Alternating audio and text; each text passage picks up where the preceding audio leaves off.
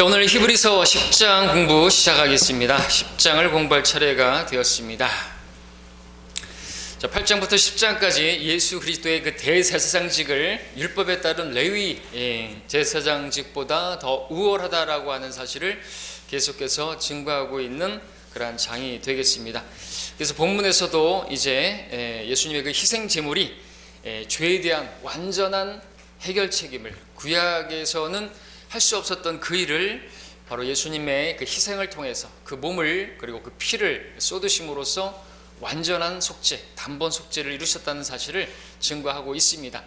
히브리인들은 이 히브리서를 대환란 때 남겨졌을 때, 우리는 이제 들림받고 났으니까 그들은 남겨진 상태에서 이거 보겠죠. 아, 예수님께서 그들이 찔렀던 그를 바로 예수님을 이제 보게 될 것이고, 마치 첫 태생을 잃은 그런 그 부모의 심정으로 애통해하면서 애곡하게 될 텐데, 아마 그런 마음으로 이제 이 성경을 읽게 되겠고, 예수님이 그러한 분으로 오셨구나, 우리의 메시아일 뿐만 아니라 또 우리를 구원하시기 위해서 그들에게 모든 죄들을 정결, 그러니까 왕국을 가져오셨지만 그 왕을 못 박아버렸잖아요. 그래서 그 왕국이 연기가 되었지 않습니까? 그런 가운데서 그들은 이제 왕국을 또 다시 앞두고 그 예수 그리스도를 이제 알게 되는 것이죠. 그리고 이제 자기들이 어떻게 해야 되는가를 이제 보게 되는 상황인 것이겠죠. 오늘 이제 이 10장 같은 경우는 예수님의 바로 그와 같은 속죄 사역, 완전한 구속 사역을 이루신 것을 보여주고 있는 그러한 장이 되겠죠. 우리 앞에서도 보았지만, 그래서 10장 1절을 먼저 읽으면, 율법에는 다가올 선한 것들의 그림자는 있으나 그것들의 형상 자체는 없으므로 그들이 해마다 계속해서 바치는 희생 제물들로는 그곳으로 나오는 자들을 결코 온전케 할 수 없느니라 말씀하고 있습니다. 그렇죠?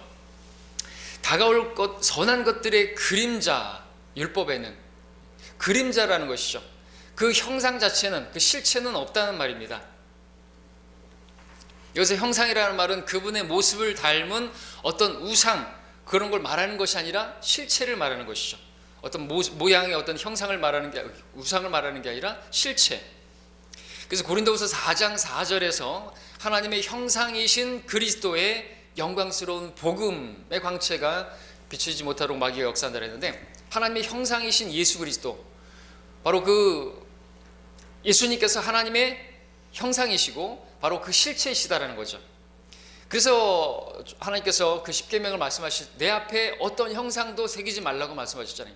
하나님은 어떤 금송아지 모양이 아니고, 하나님은 어떤 그런 사람들이 추측할 수 있는 그런 형상이 아니죠. 바로 예수님께서 하나님의 형상 그 자체이시기 때문에 어떤 형상도 만들지 말라고 하신 것이죠. 그 형상이신 그분께서 오신 것이에요. 근데 그 형상, 그 실체이신 그분이 오시기까지는 그 그림자는 있었다는 거죠. 그러니까 율법에서 그 제사들은 무엇에 대한 그림자예요? 예수님의 그림자죠. 예수님이 오셔서 이루실 그 일들에 대한 그림자였다는 것입니다. 그렇게 짐승의 피가 흘려지고, 그렇게 아담과 이브가 범죄했을 때 그 누군가가 희생을 당해서 그들이 가죽옷을 입었는데, 바로 그 양의 죽음, 그런 것들은 무엇을 보여주는 것인가 이거죠. 이제 실체로 오실 바로 예수 그리스도를 보여주는 것이란 말이죠. 그러니까 율법에는 형상 자체가 없는 거예요. 그냥 그림자였던 것이죠. 그래서 그림자를 보면서 우리는 잘 모를 수 있어요. 그렇죠? 여러분, 모퉁이를 이렇게 돌아오는데 저쪽에서 해가 뜨면은, 저쪽에서 그림자를 보면은 대충은 알 수 있죠. 남자인지 여자인지 모를 수 있어요. 그것도. 왜냐면 다 요즘 뭐 여자만 치마 입는 게 아니고 여자도 치마 바지 입고 들어오면은, 근데 이제 우리 애기하고 같이 오면, 아, 애기하고 아줌마하고 같이 걸어오는구나, 이렇게 모퉁이에서 돌아오면, 이렇게 돌아서 딱 보면은 이제 알 수 있잖아요. 근데 그림자만 보고는 알 수가 없단 말이죠. 그러니까 율법의 그 제사를 통해서는 이게 도대체 무엇인지를 모르는 것이에요. 그러니까 그러한 희생 제사들은 이제 뒤에서 보겠지만 하나님께서 그리 기뻐하지 않으셨어요. 이제 그 예수 그리스도, 보라, 내가 사랑하는 자요, 내가 그를 기뻐하노라. 그리고 이제 그 몸을 예비하시고 그분이 오셨을 때 바로 그분의 그 희생을 기뻐 받으신 것이죠. 그 모든, 그러니까 그러한 율법으로는 온전하게 할 수 없었기 때문에 그냥 죄들을 그냥 덮어줄 뿐이고, 그리고 그 죄에 대해서 심판하지 않으실 뿐이지 깨끗하게 될 수는 없었단 말이죠. 그러니까 하나님께서 그러한 제사들을 기뻐하실 수가 없었다고 하는 것을 뒤에서 보겠습니다. 자, 다가올 것들의 형상 자체는 없다라는 말, 율법에는 실체가 없고 단지 실체의 그림자가 있었을 뿐이다라는 것입니다. 그래서 히브리서 1장 3절에서 우리가 봤던 것처럼 예수 그리스도를 그분의 인격의 정확한 형상이라고 그렇게 말씀했던 것입니다. 율법은요, 그러니까 예수 그리스도께로 인도하는, 뭐라 그래요? 우리 함께 갈라디아서 3장을 보죠. 갈라디아서 3장 24절 25절에 보시면 여러분 잘 아시는 말씀이죠. 그러니까 율법을 잘 보면요, 그러니까 이 성경을 잘 상고하면, 그러니까 너희가 성경을 상고하라, 그 성경이 누구를 증거한다고요? 바로 예수님을 증거한다고 했죠. 예수님을 보여주고 있어요. 예수님을 믿을 수 있도록 그렇게 예수님께로 인도하는 그것이 바로 구약 성경이었고 율법이었죠.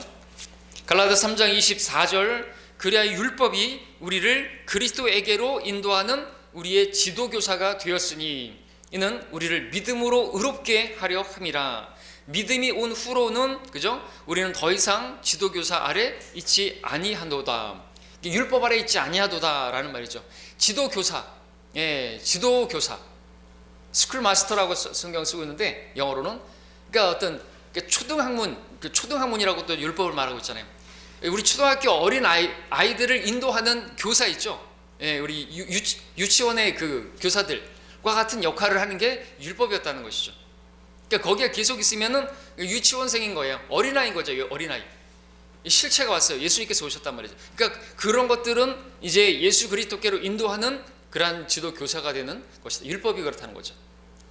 그래서 성경을 참고하면 바로 예수님에 관해서 증거하고 있고, 예수님이 오시면 그분이, 그래서 침례 요한이 그분이 오셨을 때 뭐라 그랬어요? 세상 죄를 제거하는 하나님의 어린 양이라고 했던 것입니다. 그러니까 더 이상의 이제 그러한 제사는 있으면 안 되는 거죠. 유대인들은 그렇게 이미 예수님께서 오셨는데도, 실체가 오셨는데도 여전히 그림자에다가 하고 있는 거예요. 제사를 지내고 있는 것이에요.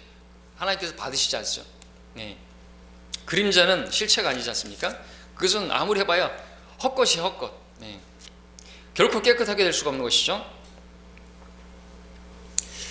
자, 그래서 율법은 그림자일 뿐, 율법으로는 영원한 그 대속의 속죄가 이루어질 수 없는 건 당연한 것입니다.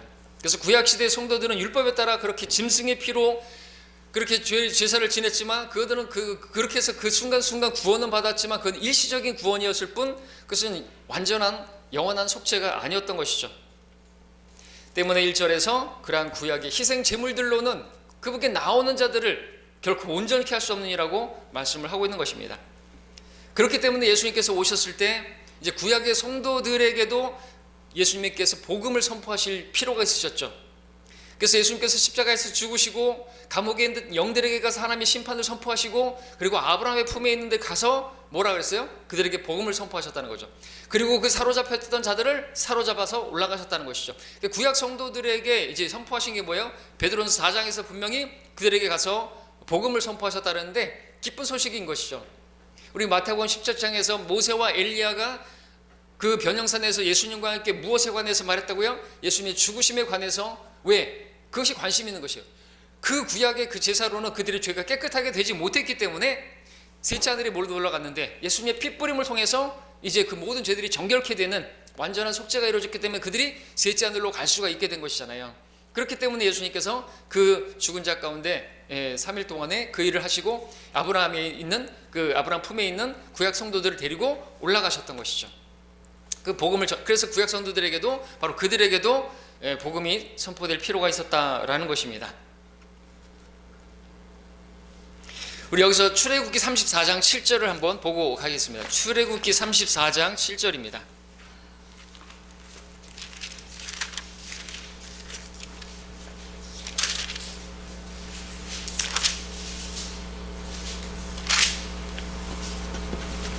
(6절부터) 읽으면, 주께서 그의 앞을 지나시며 선포하시기를, 우리 하나님께서 어떤 분이신가? 주로다 자비롭고 은혜로우며 오래 참고 선함과 진리가 풍성하신 주 하나님이로다. 아멘이죠.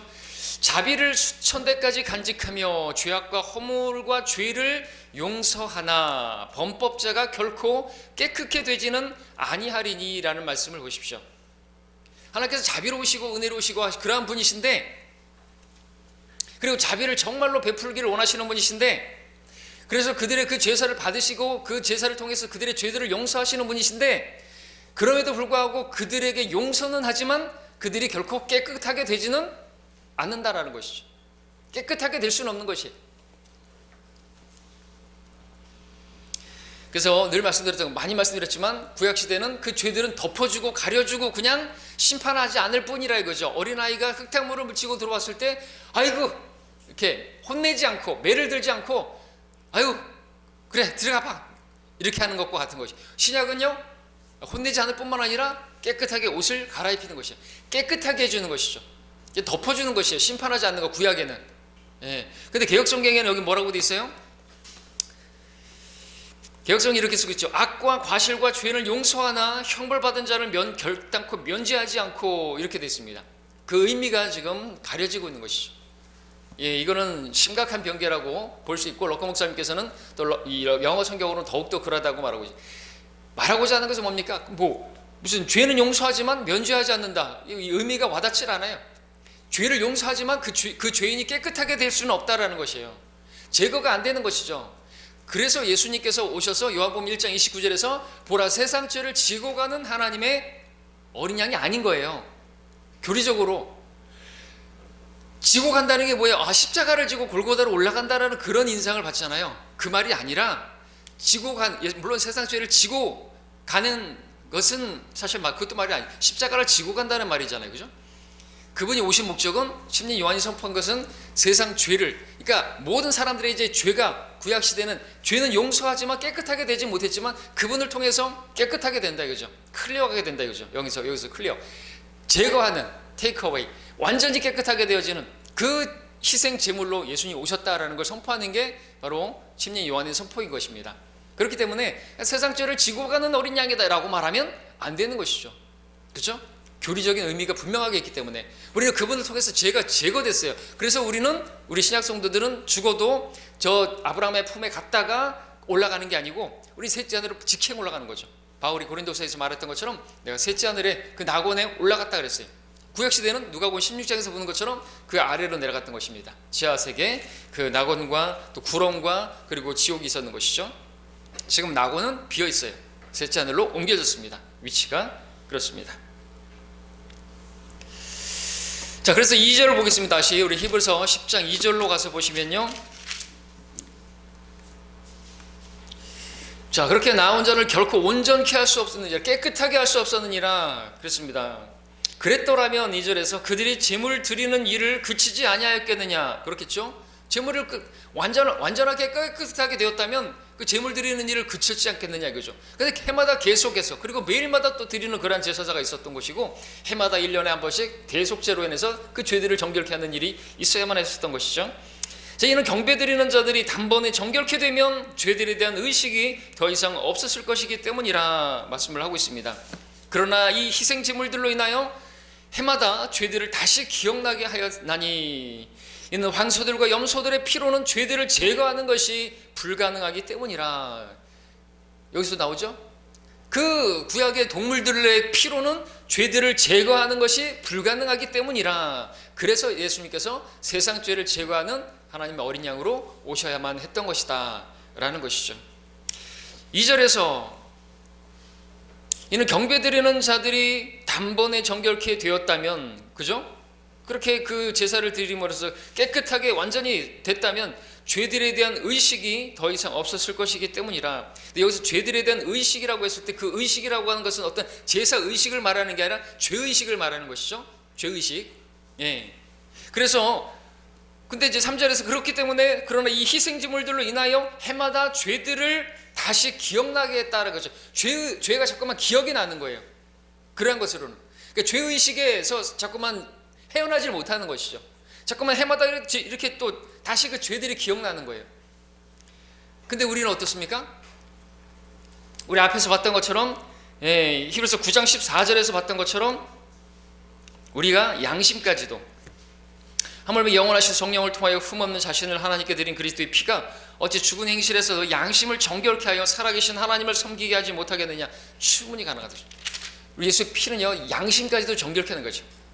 그 어떤 그 죄들에 대한 의식, 그 죄의식 자체까지도 우리가 가질 필요가 없다는 거예요. 이 말씀에 따르면 여러분들 맞습니까? 그러니까 여러분들 양심에 막 이렇게 양심에 호소하면서 이끌릴 필요가 없어요. 왜? 예수님의 피는 우리 양심까지도 정결케 했기 때문에. 근데 구약의 그러한 짐승의 피는 그 죄들을 자꾸만 기억나게 하는 그러한 불완전한 그러한 제사였다라고 하는 것을 통해서 우리가 또 배우는 것은 뭐냐니까 여러분들은 죄의식에 사로잡힐 필요가 없다고 말씀드렸죠. 마귀는 자꾸만 네가 그러고도 성경대로 믿는 사람, 네가 그러고도 오늘 예배드리러 가겠다고, 야 네가 무슨 하나님께 예배한다고 받으시겠느냐, 이런 마귀에게 끌려갈 필요가 없단 말이죠. 왜? 우리 주님께서는 우리가 그러한 사람인 것을 다 아시고 우리를 구원하신 거예요. 그렇죠? 주님께서는 배반하고 도망가고 그렇게 맹세하면서 저주하고 그런 제자들의 발을 씻기신 분이란 말이죠. 히브리서 4장에서 뭐라고 하니까 우리를 동정할 수 없는 분이 아니요, 우리를 불쌍히 여기시는 분이다. 그러니까 담대히 나오라는 것이죠. 왜? 예수님의 피가 흘려졌기 때문에, 우리 은혜의 보좌가 있기 때문에 여러분들 마귀에게 그래 유익을 주지 마십시오. 내가 그래도 좀 깨끗하게 살고 하나님 앞에 나아가겠다. 그건 마귀가 원하는 것이. 우리가 복음 전하다가 보면은 나는 죄가 너무 많아서 교회 못 가. 그럼 우리는 뭐라고 말해야 돼요? 그러한 바로 선생님을 위해서 죽으셨습니다. 그죠? 그렇게 말할 수 있어요. 그런 우리이기 때문에 우리가 지금 온 거예요. 그러니까 교회 안에 있는 사람들은 어떻게 보면 못된 사람들이 모여 있는 거예요. 죄인들 중에 우두머리가 모여 있는 거예요. 맞습니까? 맞아요. 나는 그래도 좀 예배 드릴 만한 의로운 사람이라서 내가 지금 여기 있다. 이거 착각이라는 거죠. 이게 카인의 제사고 하나님께서 안 받으시는 거예요.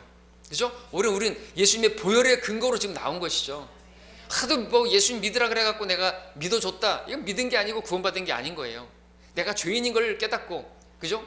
죄인인 걸 인정하고 주님 앞에 나와서 그렇게 은혜 받은 것에 감사해서 나를 은혜로 값없이, 난 죄밖에 안 졌는데 아무것도 행한 것이 없는데 예수님께서 나를 내 죄를 다 뒤집어 쓰시고 내가 받아야 할 형벌을 대신 받으시고, 그래서 내가 심판을 면하게 되었고 내가 이제 형벌 받지 않게 되었다. 너무나 감사해서 나오는 것이죠.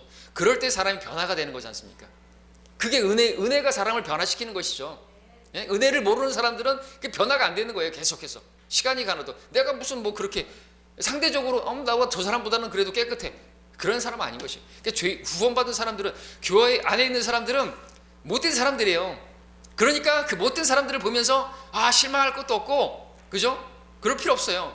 심지어 목사를 보면서도 목사의 어떤 실수나 말실수나 또 어떤 뭐 인품이나 이런 거 보면서 실망할 필요 없어요. 저도 화장실 가고요.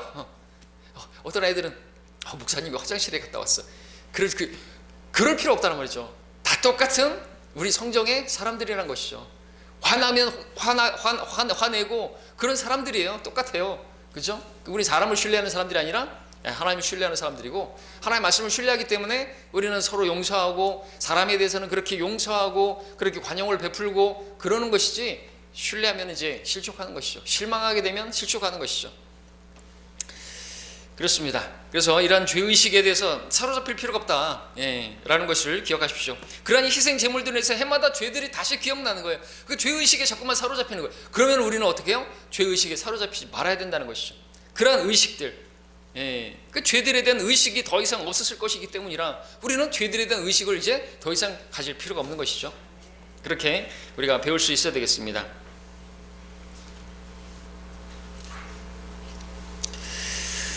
자, 이 시대에 구원받은 성도들은 대제사장이신 예수 그리스도께서 다 이루신 일 안에서 우리는 쉬는 것입니다. 예수님께서는 그렇게 대제사장으로서 하나님의 보좌 우편에 앉으셨다고 말씀하고 계시죠. 또 지금 여기서도 이렇게 뒤에서 쭉 보면은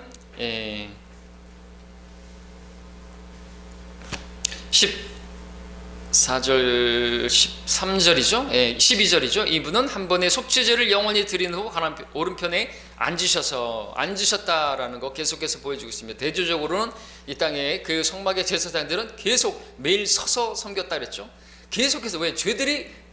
백성들이 계속 죄를 지으니까 계속해서 서서, 거기 뜰에는 의자가 없었어요. 앉을 수가 없어요. 계속해서 드리는 희생제사. 근데 예수님은 어떻게 해요? 앉으셨다라는 거 교리적으로 중요하다 그랬죠. 앉으셨습니다. 이제는 더 이상의 희생제사가 없다는 것이죠. 다 이루었습니다. 그리고 앉으시고 누구든지 그를 영접하기만 하면 이제 하나님의 그러한 아들들은 권세가 주어지게 된 것이죠. 자, 우리는 그래서 제사를 드리지 않습니다. 근데 가톨릭은 계속해서 제사를 드리죠. 매주마다 미사를 드리면서 이것이 예수님의 피요, 이것이 예수님의 살이요. 오늘 우리가 주의 만찬을 갖지만 우리가 갖는 이 만찬은 제사가 아닌 것입니다. 예수님의 희생 제사가 아니고 우리는 그분의 죽으심을 기억하면서 감사하면서 그분의 사랑을 회복하면서 우리는 그분을 더욱더 사랑하는 그러한 목적의 그것이 죄의 만찬이지 또 성만찬도 아니고 무슨 성체성사도 아니고 화채설도 아닌 것이에요. 피가 되고 예수님이 살이 되고 그런 게 아니죠. 그걸 또 계속해서 먹어야 영생을 얻는 것도 아니란 말이죠. 어떤 거기에 성스러운 그 의식도 아니고 그냥 단지 기억하는 것이에요. 단지 기억하는 게 아니라 우리가 자꾸 잊어버리기 때문에 그분의 그 사랑을 기억하는, 나를 위해서 희생하신 그 사랑을 기억하면서 내가 이제 정말 나를 위해서 죽으신 그분을 정말 실망시켜드리지 말아야 되겠구나, 그죠? 그리고 오히려 더욱더 그분의 사랑을 생각하면서 사랑을 회복하고 그걸 목적으로 이제 하는 것이지 다른 그런 게 아니죠. 거기에 뭐 참여했다 그래가지고 더 영생을 더 얻게 되고 뭐 더 거룩하게 되고 그런 게 아닌 거죠. 자, 3절부터 4절을 다시 한번 읽으면요. 그러나 이 희생제물들로 인하여 해마다 죄들을 다시 기억나게 하였나니 이는 황소들과 염소들의 피로는 죄들을 제거하는 것이 불가능하기 때문이라 그랬습니다. 자, 말씀드렸던 것처럼 동물의 피로는 그렇게 일시적으로 계속. 그런데 참 그렇습니다. 예, 계속해서 어쨌든지 내가 지은 죄 때문에 누군가가 죽어야만 했다라는 것을 계속해서 보여주는 것이죠. 그래서 그 피 흘리면 없이는 죄 사함 있기 때문에, 근데 피는 생명이기 때문에 육체의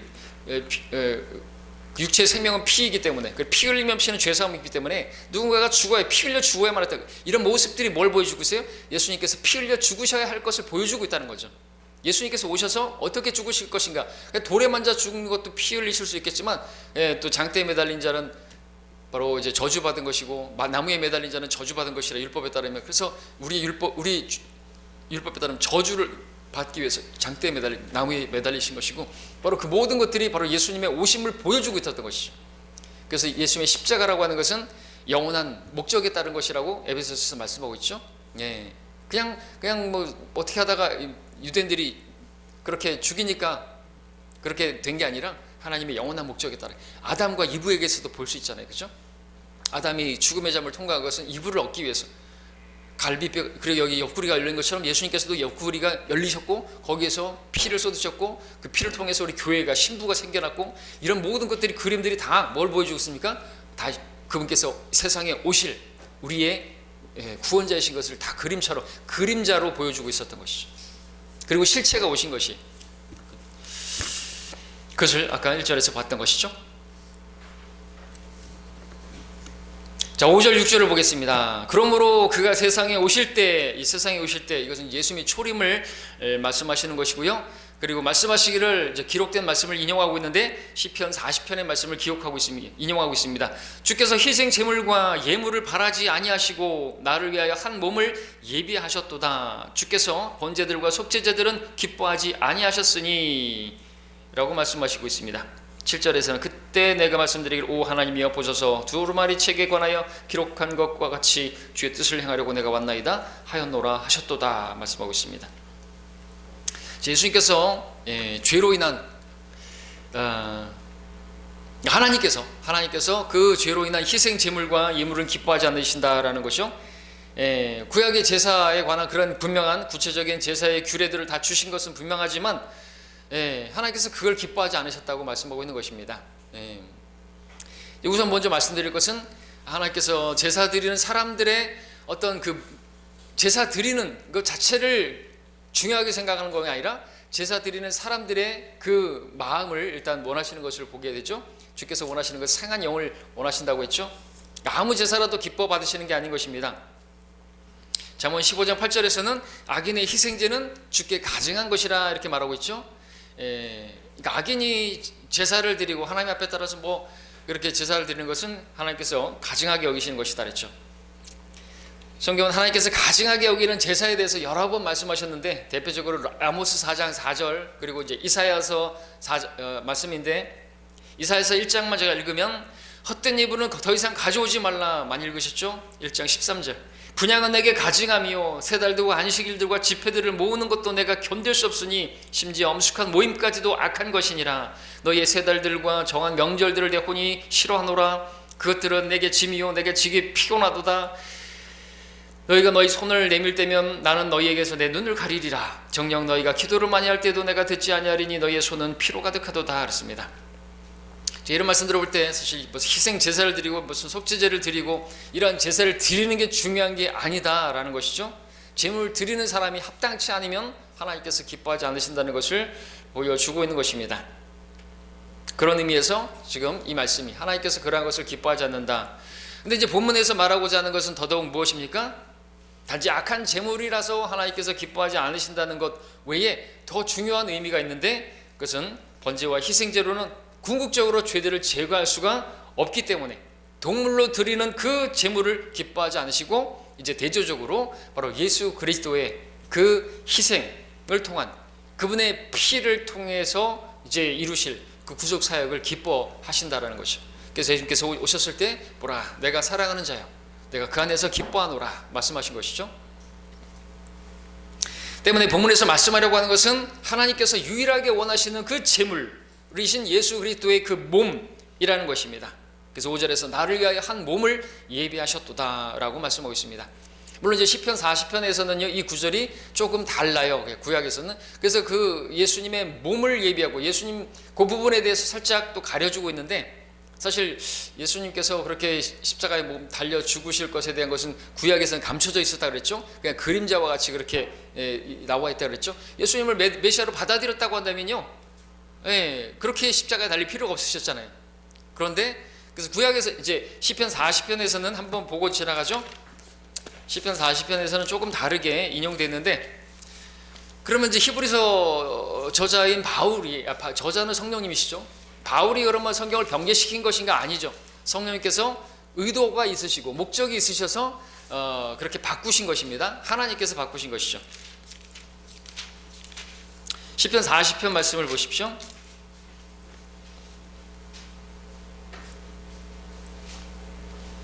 6절을 보겠습니다. 6절부터 이제 8절까지를 보면 지금 읽었던 그 말씀이 나오죠. 주께서 희생 제물과 예물을 바라지 않으시고 주께서 내 귀를 열어 주셨으며 번제와 속죄제도 요구하지 아니하셨나이다. 그때 내가 말씀드릴 보소서 내가 왔나이다. 나에 관하여 기록한 것이 두루마리 책에 있나이다. 오 나의 하나님이여 내가 주의 뜻을 행하기를 기뻐하오니 정녕 주의 법이 나의 마음속에 있나이다. 우리 아까 읽었던 히브리서 10장의 말씀과 거의 같죠. 그런데 여기서 뭐가 달라진 것이 있는가 보니까 바로 아까 히브리서에서는 주께서 희생 제물과 예물을 바라지 않으시고 말씀하시기를 나를 위하여 한 몸을 예비하셨다 그랬는데, 여기는 뭐라고 됐습니까? 내 귀를 열어주셨으며 라는 말씀으로 그렇게 되어 있습니다. 그래서 조금 다른데 우리가 무엇을 아셨습니까? 귀를 열어주셨으며, 귀는 이제 순종하는 하나님 말씀을 듣는 것과 관련되어 있죠. 그래서 그 말씀을 듣고 받아들였으면 됐는데, 들을 귀가 없는 사람들로 인해서 어떻게 됐어요? 예수님께서는 그 몸을 드려야만 했던 것이죠. 들을 귀 있는 자는 들을지어다. 귀는 순종을 말하는 거죠. 말씀을 듣고 받아들였다고 한다면, 예수님께서 오셨을 때 받아들였다고 한다면 예수님께서 그렇게 몸으로 그렇게 희생 제사로 달려야 할 필요가 없었단 말이죠.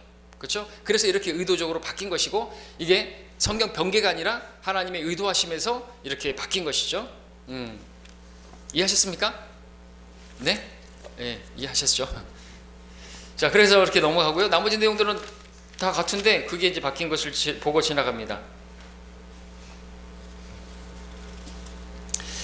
자, 그래서 7절에서 다시 또 보시면요, 10장 7절에 그때 내가 말씀드리기를 오 하나님이여 보소서 두루마리 책에 관하여 기록한 것과 같이 주의 뜻을 행하려고 내가 왔나이다 라고 말씀을 하고 있습니다.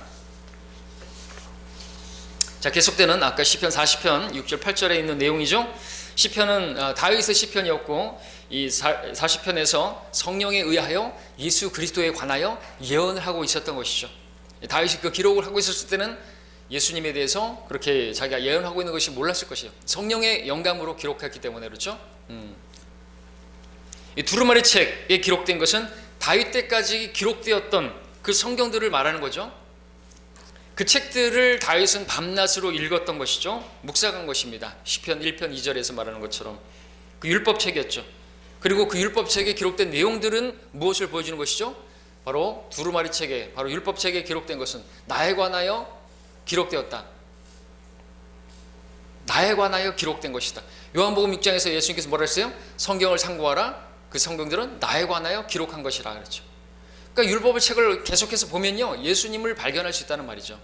그렇게 성경을 잘 했으면 그 예수님께서 초림하셨을 때 이스라엘 백성 유대인들은 예수님을 단박에 알아봤어야 되는 거죠. 그죠? 재림 때도 그들은 이제 알아봐야 되겠죠. 재림 때도 못 알아보면 안 되겠죠. 그럼 못 알아보면 이제 적그리스도를 그리스도로 받아들이는 거예요.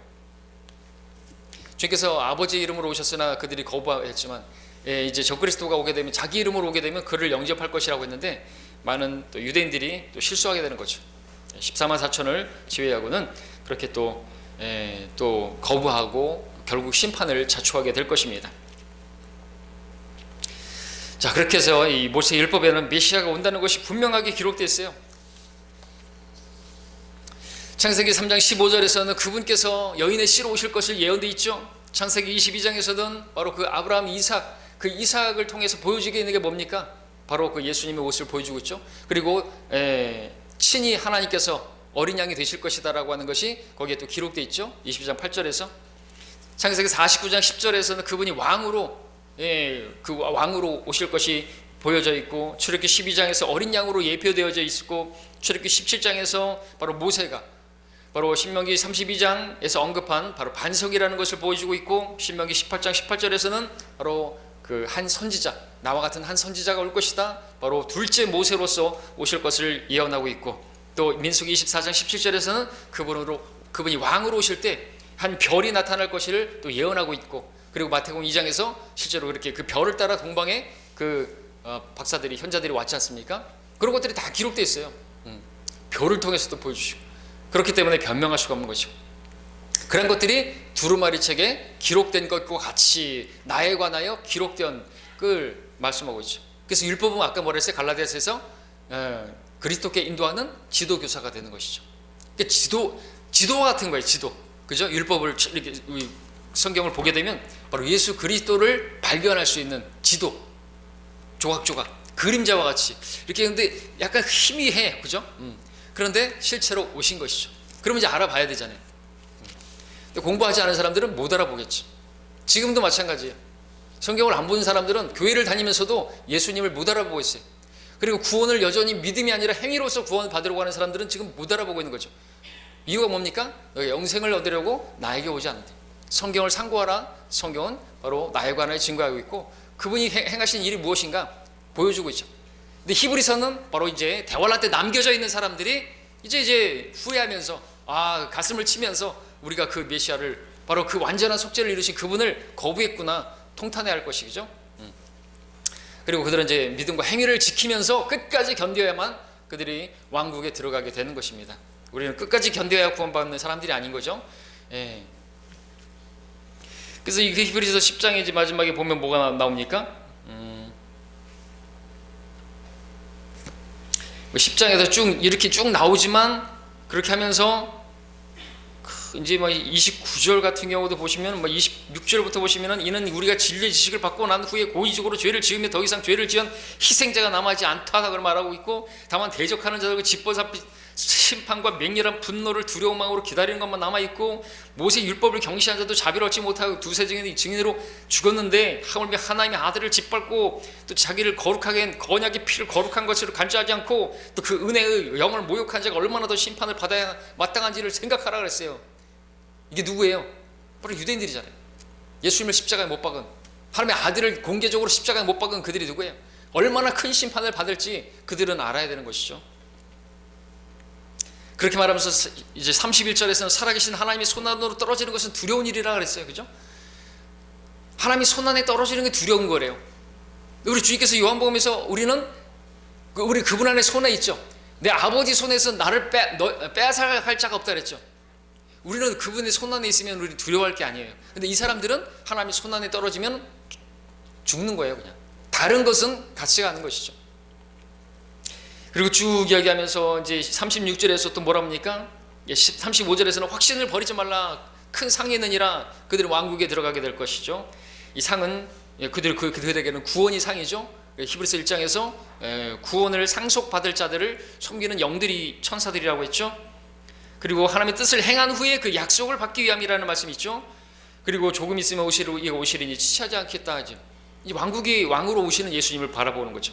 근데 이제 의인은 믿음으로 말미암아 살리라. 그러나 누구라도 뒤로 물러나면 내 혼이 기뻐하지 않는다 이거죠.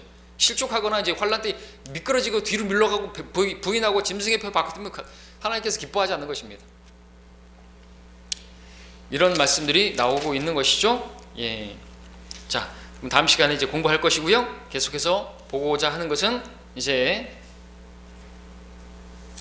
8절 볼 차례인데 8절은 우리가 5절 6절과 동일한 말씀이니까 넘어가겠습니다. 8절은 위에 말씀하시기를 희생제물과 예물과 번제들과 속죄제는 바라지도 아니하시고 기뻐하지도 아니하신다고 하셨으니 이것들은 율법에 따라 드려오신 것이라 그랬습니다. 그렇죠? 예, 율법에 따라서 그렇게 희생제물들은 주님께서 기뻐하지 않으셨다. 무엇에 비교해서? 바로 예수님의 그 몸에 비교해서, 예수님의 그 피에 비교해서 동물의 피는 하나님께서 기뻐하지 않으시는 것이죠. 그때 말씀하시기를 하나님이여 보소서 주의 뜻을 행하려고 내가 왔나이다 하셨으니 첫 번째 것을 폐하심은 두 번째 것을 세우려 하심이라 말씀하고 있습니다. 그렇습니다. 첫 번째 것을 폐하셨습니다. 첫 번째 것은 율법입니다. 우리 7장 18절에서 봤죠? 7장 18절에서 앞서 있는 계명이 참으로 연약하고 무익함으로 폐하여졌음이라 말하고 있습니다. 앞서 있었던 바로 구약의 율법에 따른 그 동물 제사는 폐하여진 것입니다. 지금 뭐 동물 잡고 누가 제사를 드리고 하는 그 제사장들이 있을 수가 없어요. 로마 카톨릭처럼 자기들이 사제, 프리스트, 자기들이 제사장이라고 하면서 그렇게 미사를 드리면서 이것이 예수님의 살이고 예수님의 피고 그러면서 계속해서 그러한 것을 제사를 드리는 거예요. 미사는. 그건 가증한 것입니다. 지금 우리 모두가 다 믿는 자가 왕같은 제사장이 된 것이죠. 우리는 제사를 드리는 것이 아니라 우리는 그분을 기억하고 우리가 드리는 제물은 우리 입술의 열매고 찬양이고 우리 자신이 몸으로 드리는 것이지 예수님을 또 다시 그렇게 십자가에 또 못 박고 그러는 죽이고 매주마다 살 먹고 뜯어먹고 그러는 게 아닌 것이죠. 로마서 10장 4절에서는 그리스도께서 믿는 모든 사람에게 의가 되시고자 율법의 끝이 되셨느니라 말씀하고 있습니다. 폐하여졌다 이거죠. 그런 제사는 그분은 출애굽기 19장 21장에서 이스라엘 자손과 맺으신 그 언약 10계명을 포함한 옛 언약을 폐하시고 자신의 희생 제물로 드리심으로써 두 번째 것을 세우신 것을 말하고 이것을 신약이라고 말하고 있습니다. 신약. 엄밀히 말해서 마태복음 27장까지는 아직 구약이죠. 예수님의 십자가의 핏부림으로 이제 맺어지는 뉴 테스타멘트 유언은 그분이 죽어야 되니까. 그래서 또 말씀드리지만 마태복음 5, 6, 7장, 24장, 마태복음 26장 앞에 것까지는 아직도 구약이에요. 그래서 거기서 우리가 뭐 교훈을 얻고 영적으로 적용할 수 있어도 마태복음 6장의 주기도문을 우리가 해야 되는 게 아니에요. 마태복음 24장에 그때는 대환란이 있으리니 말씀하시면서 우리가 그때는 뭐 우리가 피난하는 일이 우리가 뭐 산으로 도망가고 어디로 가야 돼요? 그런 것들이 다 이스라엘과 관련된 것이고 바로 히브리인들과 관련된 것이다라는 것이죠. 그래서 우리는 구약의 그러한 그 말씀들을 잘 공부해야 되는 거죠. 신약이 어디서부터 시작되는가를 알아야 되는 거죠. 10절에서 그 뜻에 따라 한번 예수 그리스도의 몸을 들이심으로 우리가 거룩하게 된 것이라. 그 뜻에 따라 9절에서는 주의 뜻을 행하려고 왔나이다 그랬는데 바로 그 뜻은 아버지의 뜻이죠. 주의 뜻, 아버지의 뜻. 겟세마네에서 주님께서 내 뜻대로 마옵시고 아버지의 뜻대로 하옵소서 하고 자신을 몸으로 드렸지 않습니까? 그 아버지의 뜻이죠. 그 몸을 들이심으로 한 번에 들이심으로 우리가 거룩하게 된 것이죠. 11절부터 14절까지 제사장마다 매일 서서 섬기며 우리 예수님은 앉으셨고 매일 서서 쉴 새가 없어요. 의자가 없습니다. 똑같은 제사를 자주 드리지만 이것으로서는 결코 죄들을 제거할 수 없으나 또 나오고 있습니다. 계속해서 대조하고 있습니다. 이분은 예수님은 한 번의 속죄제를 영원히 드린 후 한 번 속죄는 영원한 속죄. 그래서 우리가 말하는 거죠. 한 번 구원은 영원한 구원이에요. 한 번 예수님 영접하면 그 구원은 영원한 것이라는 것이죠. 그러나 이 시대가 끝나면 대환란 때는 그게 아닌 것이고요. 영원히 들인 후 하나님의 오른편에 앉으셔서 그 후로는 그의 원수들을 자기 발판으로 삼으실 때까지, 언제요? 재림 때까지 기다리시느니라. 지금 기다리고 계시는 거예요. 이는 그가 한 번의 제사로서 거룩하게 된 자들을 영원히 온전케 하셨기 때문이라 말씀하고 있습니다. 완전한 제사를 이루신 그분 지금 앉아 계시다라고 하는 것이죠. 자, 그래서 이제 14절까지의 말씀이 율법 시대의 동물의 피를 어떻게 다루는 것과, 그리고 예수님께서 죽으심으로 새 언약을 이루셨다라는 것을 말씀하고 있는 것이고요. 그리고 이제 15절부터의 문맥은 또 새 언약이 맺어진 이후에 등장하는 교회 시대에 적용되는 그러한 내용. 그래서 이제 새 언약은 바로 유다 집과 이스라엘 집과 맺은 언약인데, 그 같은 단어지만 새 언약이지만 그 새 언약을 앞에서 유다 집과 이스라엘 집과 맺은 그 새 언약을 말씀하는 것 같은데 이중 적용이라는 것을 보여주고 있습니다. 15절 16절 읽겠습니다. 그것에 관하여 성령께서도 우리에게 증거하셨으니 이는 그 후에 그가 미리 말씀하시기를 그날들 이후로 내가 그들과 세울 언약이 이것이라. 주가 말하노라. 내가 나의 법들을 그들의 마음들 속에 두고 그들의 생각에 그 법들을 기록하리라. 자, 이제 16절에는 8장에 나왔던, 우리가 8장에서 봤던 그 새 언약, 이스라엘 집과 유다 집과 그 더불어 맺으시는 그 새 언약에 대한 그 내용이 등장하는데, 이것을 지금 본문에서는 교회 시대에 적용하심으로써 새 언약이라는 말로 이중적으로 이제 적용하고 있는 것이다라는 것을 보여주고 있습니다. 첫째는 교리적으로는 유대인에게 천년왕국 때 적용되는 것이고, 둘째는 영적으로 교회 시대에 바로 그리스도인에게 적용되는 것입니다. 차이는 있지만 17절 18절 읽겠습니다. 또 그들의 죄들과 불법들을 다시는 기억하지 아니하리라고 하셨습니다. 이제 이것들을 용서하신 곳에는 더 이상 속죄죄가 없느니라 말씀하고 있습니다. 자, 그분의 백성의 죄들이, 그 불법들을 기억하지 않는 그것, 다시는 기억하지 않는 그것, 그 모습은 이제 우리 그리스도인들에게나 또 유대인들에게나 마찬가지인데, 유대인들에게는 언제요? 천년왕국 때 이거죠. 환란을 통과한 다음에 그들에 대해서 죄들이 이제 더 이상 기억하지 않는 것이 왕국으로 들어갔을 때야. 그러나 계속해서, 그러나 지금 우리는 그리스도인들은 그 죄들을 기억도 안 하시는 거죠. 왜? 깨끗하게 되었기 때문에, 정결케 되었기 때문에 다시는 기억 안 하는 거예요. 그렇기 때문에 우리가 그 죄의식에 계속해서 사로잡힐 필요가 없다는 거죠. 내가 구원받지 않았는 것인가? 나 또 죄를 지었는데 자백했으면 깨끗하게 된 것이죠. 예수님의 피로 다시금 씻은 것이에요. 그러면은 이제 기억하면 안 되는 거예요. 왜? 하나님께서 기억하지 않으시니까. 어떤 사람이 그랬죠? 낚시 금지라고. 저수지에 가면 낚시 금지 해가지고 딱 문을 잠궈놨어요. 낚시 금지. 근데 어떤 사람들은 그리스도인들이 자꾸만 낚시질하는 거예요. 다시 마치 성경에 보면 그 맷돌을 갖다가 이렇게 빠뜨리는 완전한 심판인데, 그렇게 빠뜨렸는데 그거를 끄집어내겠다고 다시 그 자기가 자백해가지고 버린 완전한 그 심판을 해가지고 자백해서 버려진 걸 다시 끄집어내려고 하는 거라는 거죠. 내가 자꾸 그걸 기억해낼 필요가 없는 거예요. 그건 마치 다시 낚시질하는 거와 마찬가지. 아, 주님, 제가 어제 지은 죄를 또 지었습니다. 주님께서 뭐라고 하실게요? 어제 무슨 죄를 졌는데 난 기억을 못하는데 너는 왜 자꾸 기억하려고 하느냐? 이런다는 것이죠. 이게 어리석은 것이죠. 기억하지 않는다, 이제 죄들과 불법들을 다시는 기억하지 않는다, 이죠. 말씀하고 있습니다.